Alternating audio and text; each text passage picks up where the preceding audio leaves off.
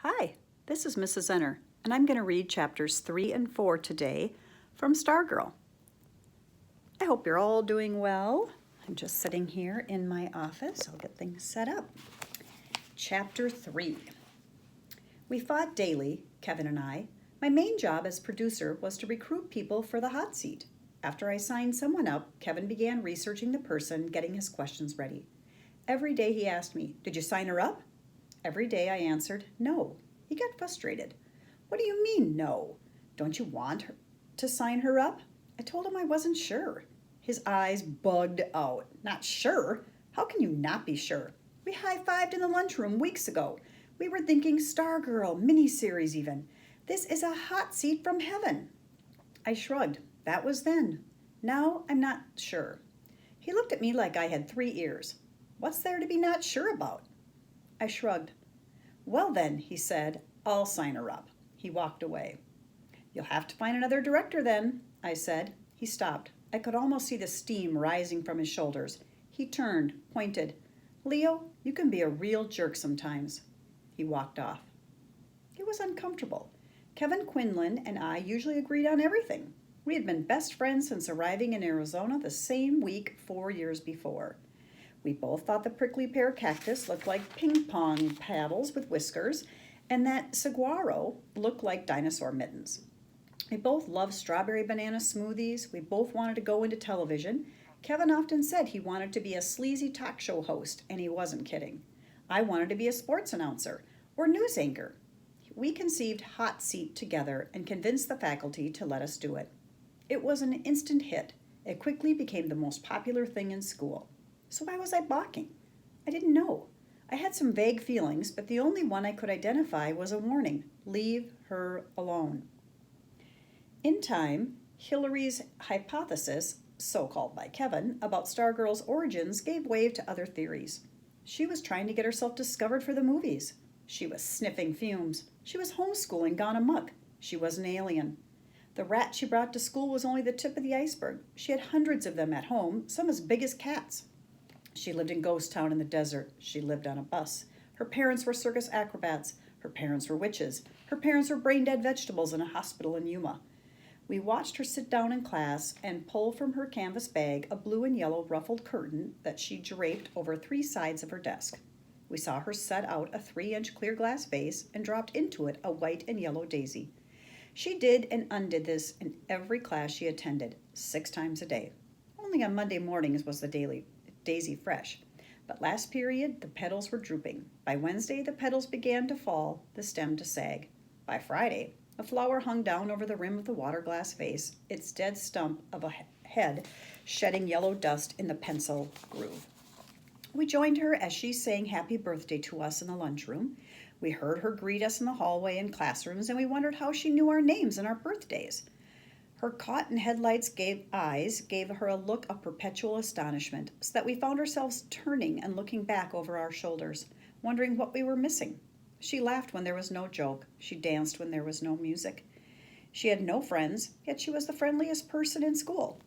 In her answers in class, she often spoke of seahorses and stars, but she did not know what a football was. She said there was no television in her house. She was elusive. She was today. She was tomorrow. She was the faintest scent of a cactus flower, the flitting shadow of an elf owl. We did not know what to make of her. In our minds, we tried to pin her to a corkboard like a butterfly, but the pin merely went through, and away she flew. Kevin wasn't the only one. Other kids pestered me. "Put her on the hot seat." I lied. I said she was only a 10th grader, and you had to be at least a junior to be on the hot seat. Meanwhile, I kept my distance. I observed her as she were a bird in an aviary. One day I turned a corner, and there she was, coming right at me, and the long skirts softly rustling, looking straight at me, surrounding me with those eyes. I turned and trotted off the other way, seating myself in my next class. I felt warm, shaken. I wondered if my foolishness showed. Was I myself becoming goofy? The feeling I had when I saw her around the corner had been something like panic.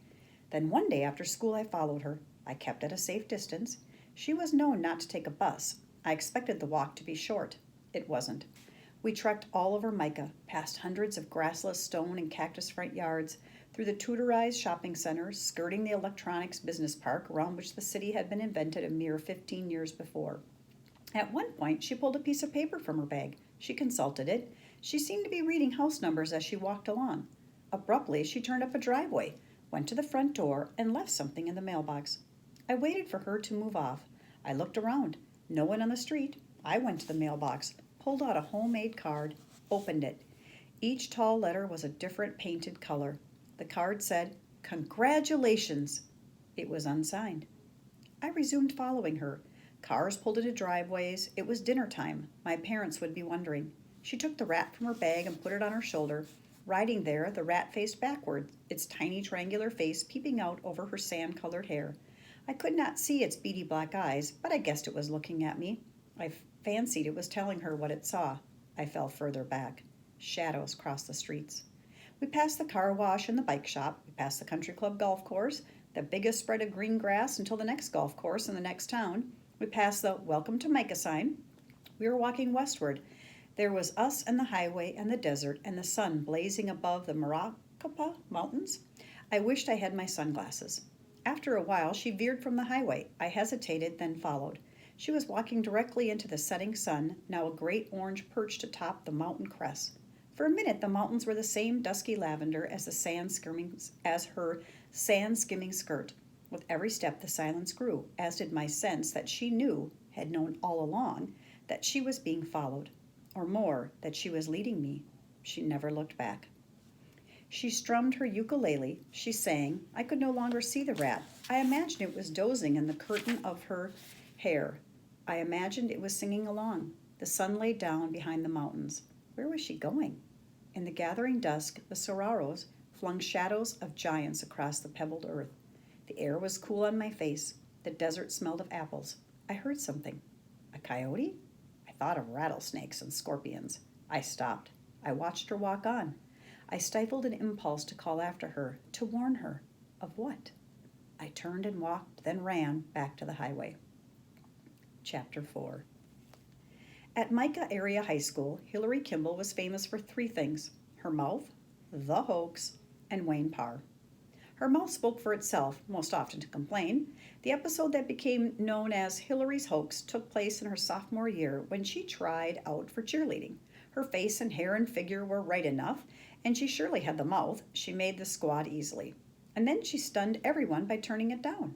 She said she just wanted to prove that she could do it. She said she had no intention of yammering and bouncing in front of empty bleachers, which was usually the case. And anyway, she hated sports. As for Wayne Parr, he was her boyfriend. Mouth-wise, he was her opposite. He seldom opened his. He didn't have to. All he had to do was appear. That was his job. Appear. By both girls' boys' standards, Wayne Parr was gorgeous. But he was more and less than that. In terms of achievement, Wayne Parr seemed to be a nobody. He played at no sports teams, joined no organizations, won no awards, earned no A's. He was elected to nothing, honored for nothing, and yet, though I did not realize this until years later, he was Grand Marshal of our daily parade. We did not wake up in the morning and ask ourselves, what will Wayne Parr wear today, or how will Wayne Parr act today? At least not consciously, but on some level below awareness, that is exactly what we did. Wayne Parr did not go to football and basketball games, and by and large, neither did we. Wayne Parr did not ask questions in class or get worked up over teachers or pep rallies, and neither did we. Wayne Parr did not much care. Neither did we. Did Parr create us, or was he simply a reflection of us? I didn't know. I knew only that if you peeled off one by one all the layers of the student body, you would have found at the core not the spirit of the school, but Wayne Parr. That's why in our sophomore year, I recruited Parr for the hot seat. Kevin was surprised. Why him? Kevin said. What's he ever done? What could I say? That Parr was a worthy subject precisely because he did nothing? Because he was so monumentally good at not doing nothing? I had only a vague insight, not the words. I just shrugged. The highlight of the hot seat came when Kevin asked Parr who was his hero, his role model. It was one of Kevin's standard questions. Parr answered, GQ. In the control room, I did a double take. Was the sound working right? GQ? Kevin repeated dumbly. Gentleman's Quarterly? The magazine? Parr did not look at Kevin. He looked straight at the camera. He nodded smugly. He went on to say he wanted to become a male model. His ultimate ambition was to be on the cover of GQ. And right there he posed for the camera. He had that disdainful model look down pat, and suddenly I could see it. The jaw square at the corner of the cover, the chiseled cheek, the perfect teeth and hair. That, as I say, took place toward the end of our sophomore year. I thought then that Wayne Parr would always reign as our Grand Marshal.